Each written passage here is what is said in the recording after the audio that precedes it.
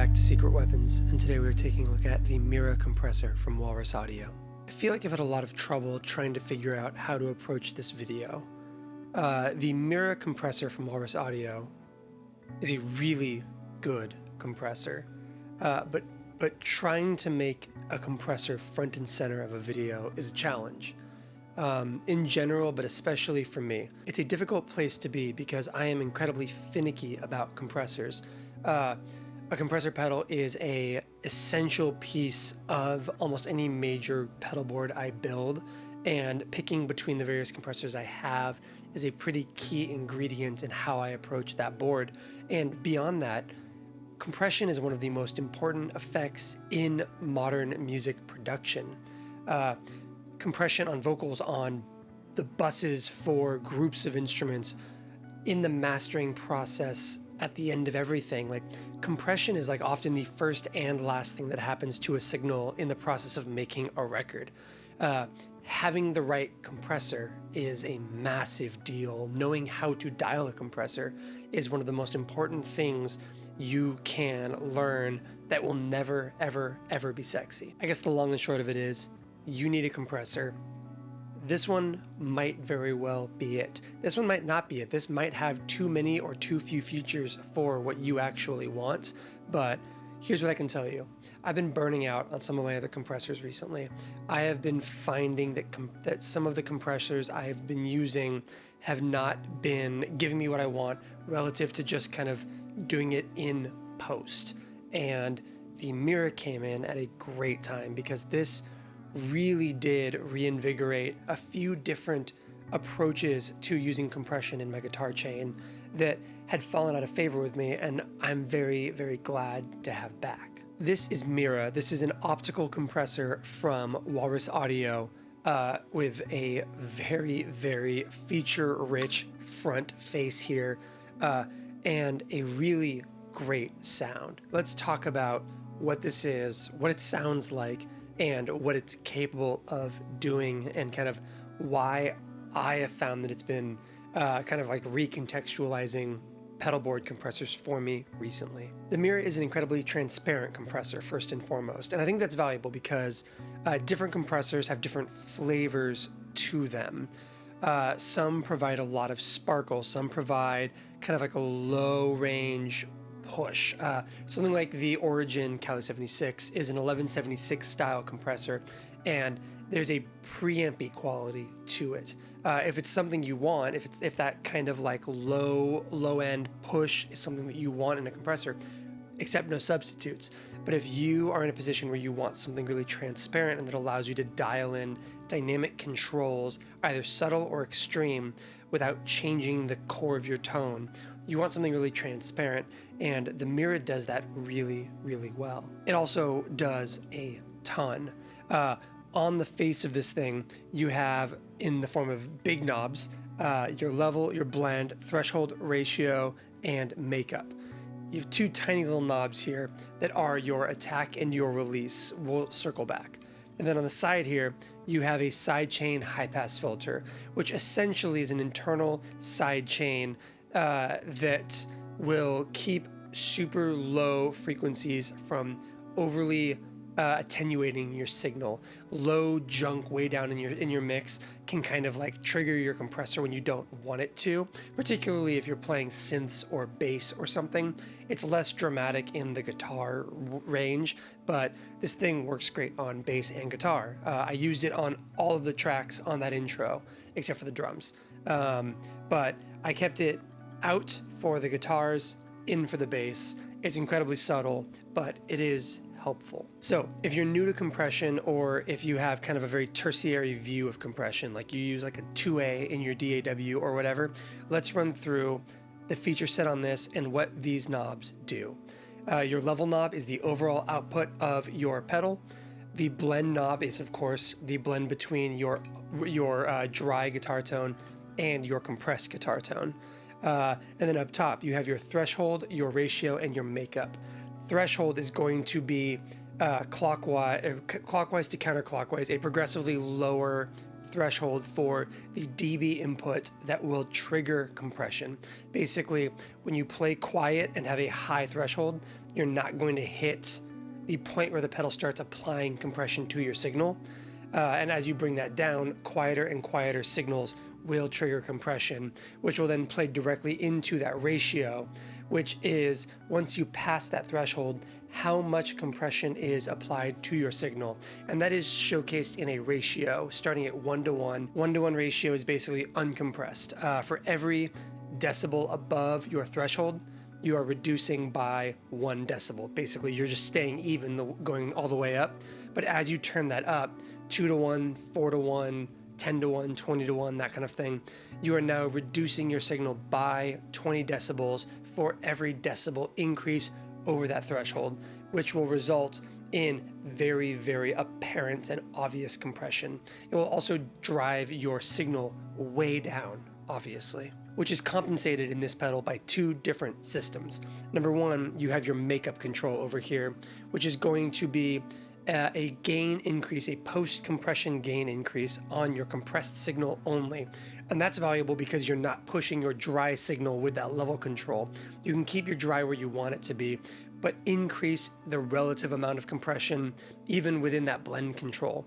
And then secondly, you have that blend control, which allows you to blend any amount of your uncompressed raw guitar with your processed compressed guitar in the pedal, which is incredibly useful because if you want some of those more extreme amounts of compression for long sustain or fast attack, that kind of thing, but you don't want it to sound super squishy, you can bring in some of that dry guitar again to kind of even out some of those dynamics a little bit while still getting the benefits of compression. And lastly, in the middle here, you have your attack and your release, which is basically going to be how quickly that compression is applied to your signal and how long before the compressor kind of lets off. That is going to be one of those things that is very genre and player dependent.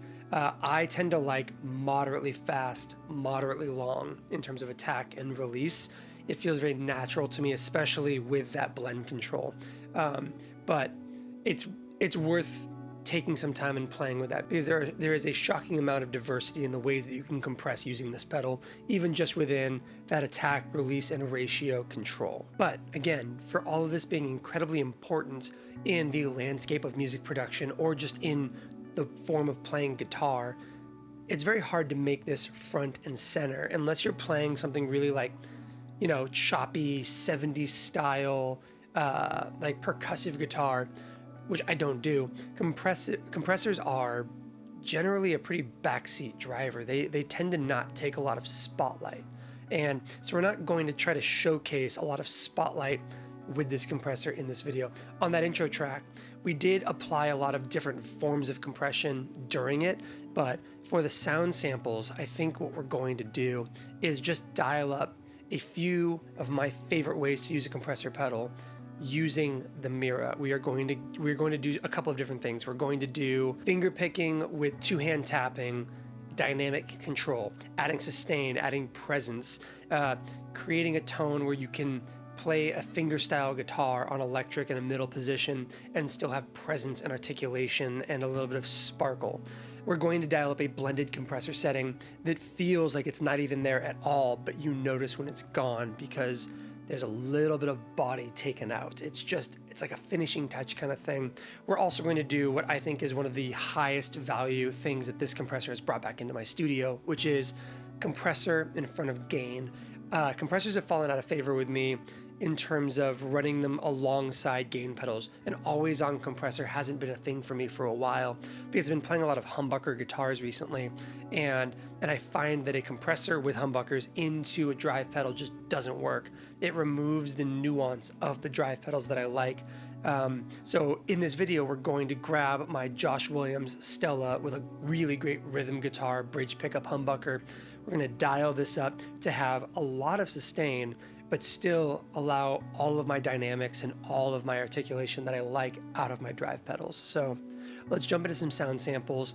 Let's look at these subtle but important ways that compressors are here to make your life better as long as you know how to use it, and hopefully show you why you probably need a compressor, and this might be the one. Before we get into our sound samples, let's go ahead and talk through our signal chain. I am playing my Baum Wingman into the Walrus Mira, the Electronic Audio Experiments Limelight, the Chase Bliss Audio Thermae, the Ruby Top Boost Amplifier from Universal Audio, and the Strymon Flint. From there we go to the Walrus Canvas, which is our DI-LI, and that takes us to Universal Audio's Luna, which is the DAW that we are recording into. The guitar, the Baum into the Ruby and the Flint sound like this.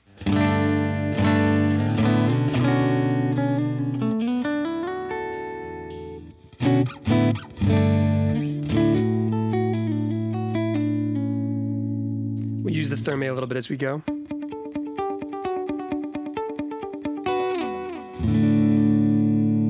A little bit of the boost at certain points with the Limelight.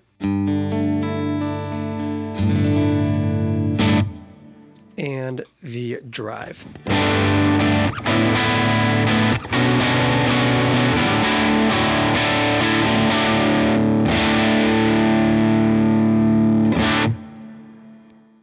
So rather than just run through knob twisting for the next however long, I instead want to just kind of show you how I spin up certain compressor settings for certain use cases. So let's do that instead. Starting off, I want to get rid of my guitar pick and focus on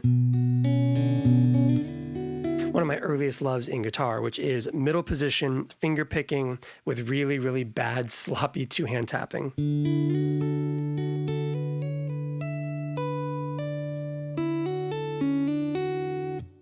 Let's give it a little bit of delay too.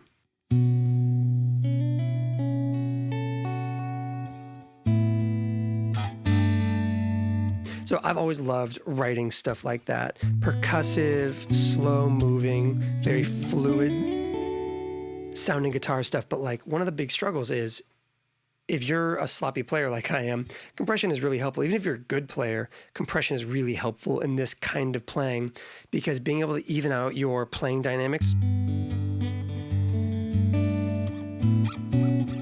like getting those finger picking moments to sit in a mix with other instruments really well is a big challenge. So let's go ahead and walk through how I would kind of dial this up to do that. And we'll kind of go step by step. So first things first, I want to get pretty close to unity gain for my standard sound.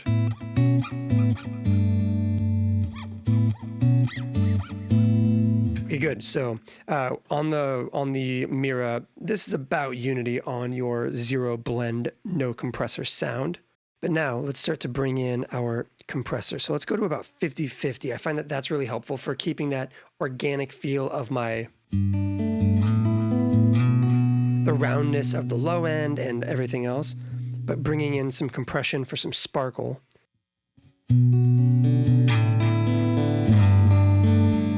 So we're not getting any compression right now because that ratio is all the way down at 1:1. And as we know from earlier, that means that it's not applying any compression past the threshold that we're hitting. So let's start by setting that threshold. Because we're playing pretty lightly, we want to set it somewhere where those like softer dynamics are going to get hit by that compressor. And we can afford to like maybe risk some overcompression on our bigger moments because we have that blend down. We're not fully compressing. And so our dry signal is still going to give us some of that liveliness of those dynamics. So now we can start bringing up that ratio. So no ratio, no compression applied. And now we're starting to apply some. Really quick, let's take that blend all the way up. Just so you can kind of hear how that ratio starts to impact things.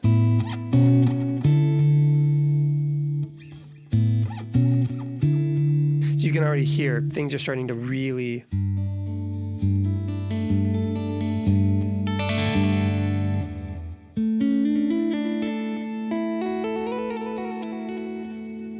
we're immediately getting more like, especially those kind of like soft double tapped things versus no compressor.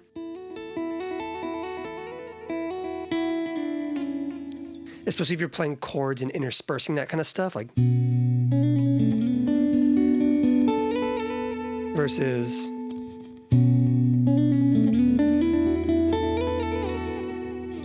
everything feels more even. Going from chords to single notes feels less like a drop off. It's really, really helpful.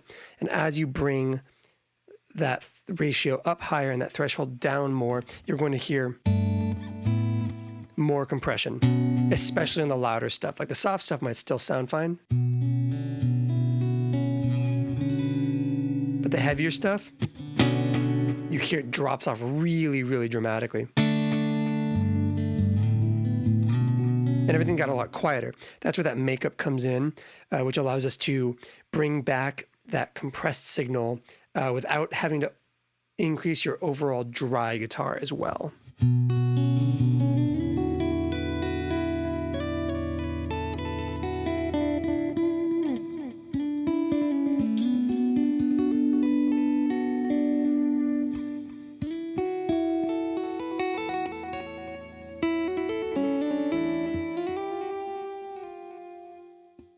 Let's actually bring that threshold down a little bit farther, just because some of those like really soft you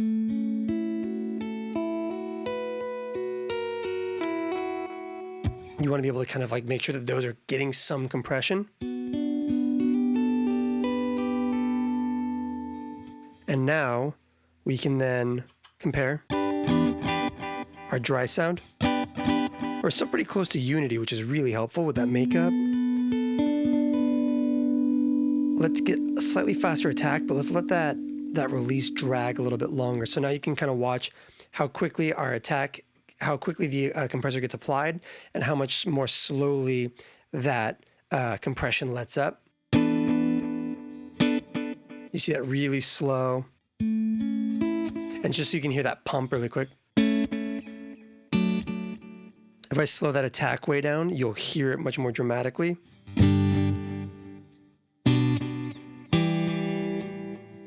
But that compressor stays, whereas like if we take that release all the way down,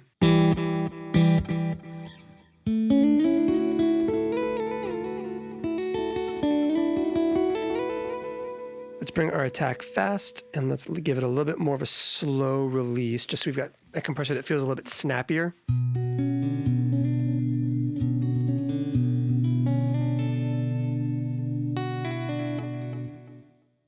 Bring that makeup back a little bit more.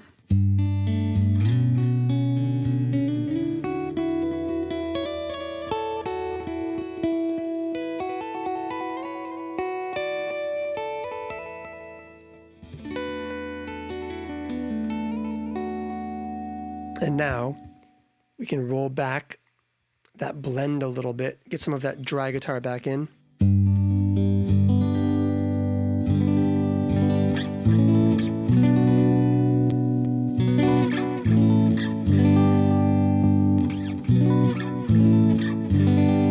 So now we have a guitar that feels like an uncompressed guitar, but that has some dynamic controls.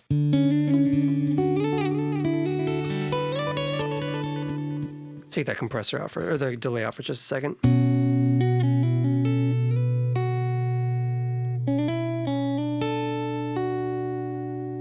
Versus no compressor.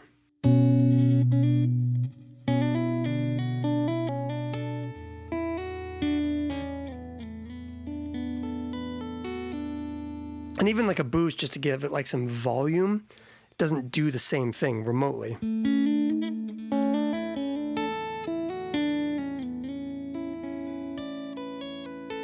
Versus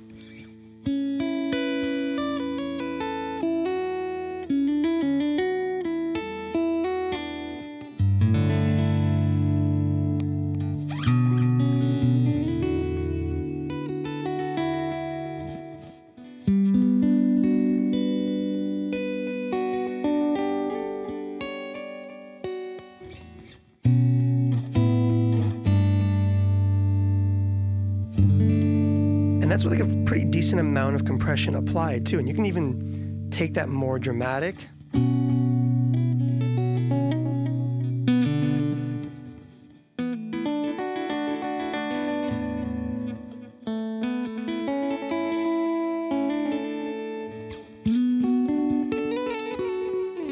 And now we're getting something that kind of has like some real sustain to it. But with that blend, you're still not getting a overtly compressed sounding signal. You're just getting a lot of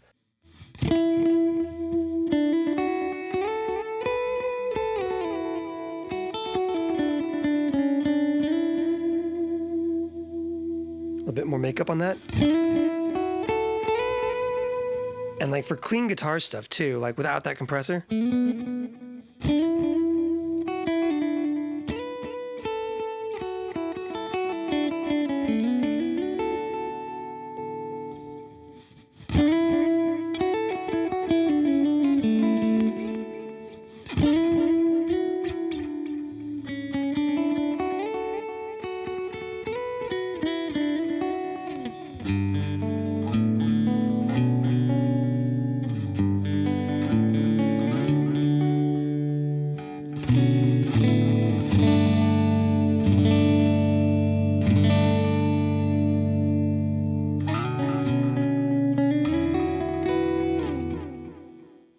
Okay, now let's take that same sound and try to figure out how to apply a fully wet thing, like a fully wet compressor to, but that doesn't sound like that, that doesn't have that massive amount of pumping to it. Let's slow the attack down a little bit. Let's definitely slow that release down.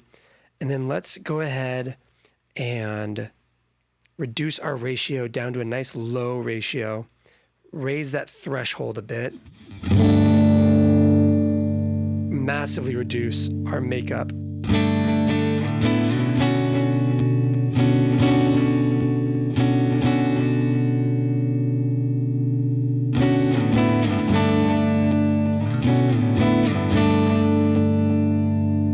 This gets into some of my favorite compressors I've ever used, things like the diamond compressor, like in the world of optical compressors.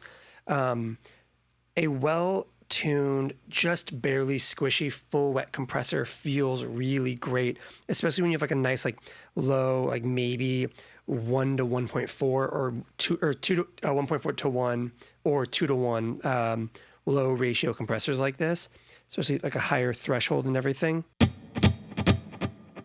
You can really get something great in terms of like a good, like, you know, clean rhythm guitar tone.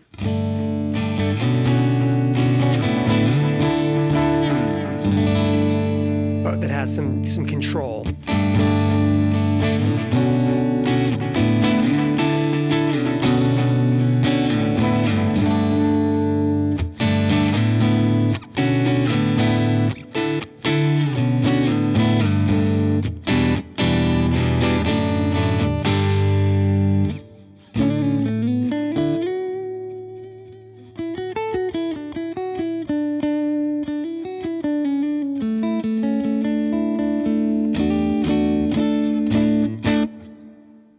We've taken a look at a aggressive compressor dialed to feel natural in a fingerpicking environment. And we've taken a look at a fully wet compressor set incredibly subtle for natural dynamic control that feels like it's not even there. We did both those things with a single coil guitar because I have found that I have the most success with compressors with single coil guitars just for the articulation. But let's take a look at something a little bit more complicated, which is I have my Josh Williams with a Imperial Lawler humbucker in the bridge. It's like a hotter, like that's with no drives or anything in front of it. Let's put the Limelight in front of it.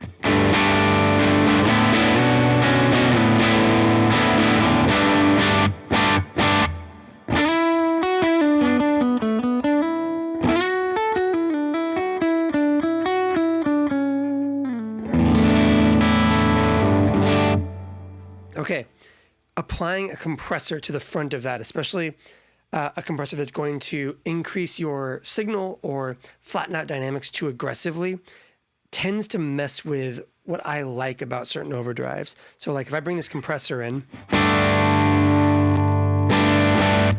there's an openness to that overdrive right now.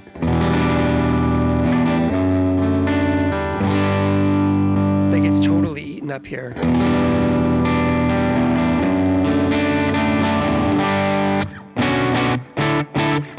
It's subtle, but it really jumps out at me.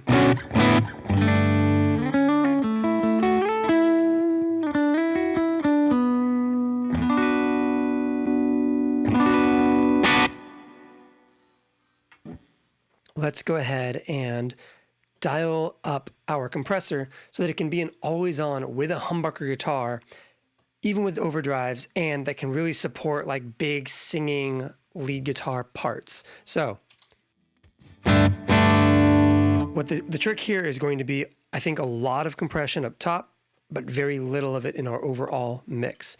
So let's bring our blend down. Let's bring that release longer and a slower attack as well. Let's go full compressor just right now, just so you can hear. So no compressor, compressor. It's starting to swallow it up a tiny bit. It's a little quacky, but that is a lot more subtle.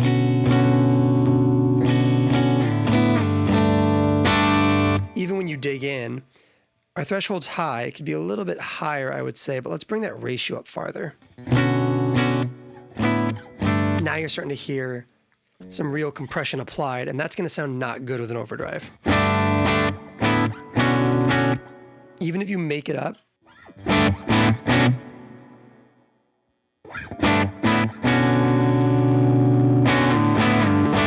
there's something really jank about how like a super aggressive compressor hits an overdrive, in my opinion, especially with humbuckers.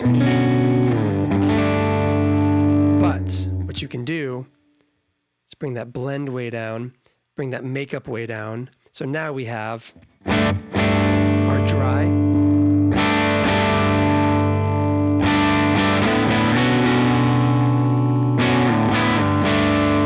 Start to bring in a little bit of that compressor.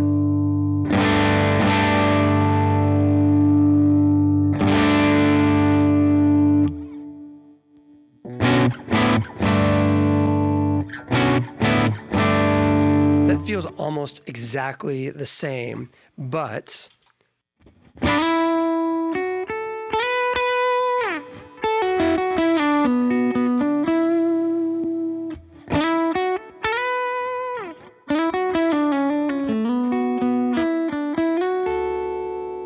let's bring that makeup up a little bit.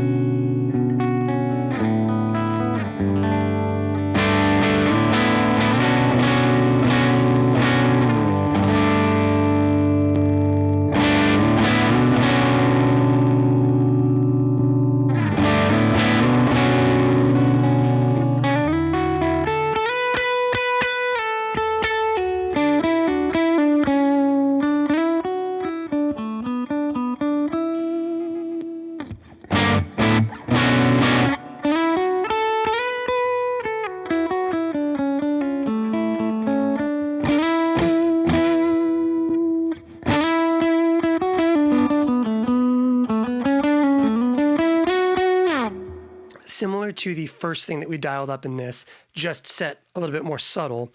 The goal here is keep articulation and dynamic range with your chords.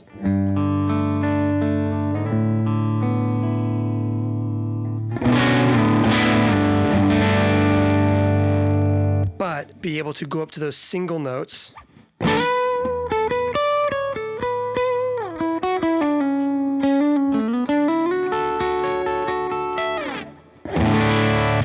And have them kind of carry the appropriate amount of weight alongside without coloring your signal too much, without blowing out or destroying what makes the overdrives you love, because as we all know, we get really particular about our favorite of these 750,000 blues breakers or tube screamers out there, because this is the special one that has the exact right sauce that we like, and putting a compressor in front of that that's going to chew that up is not good.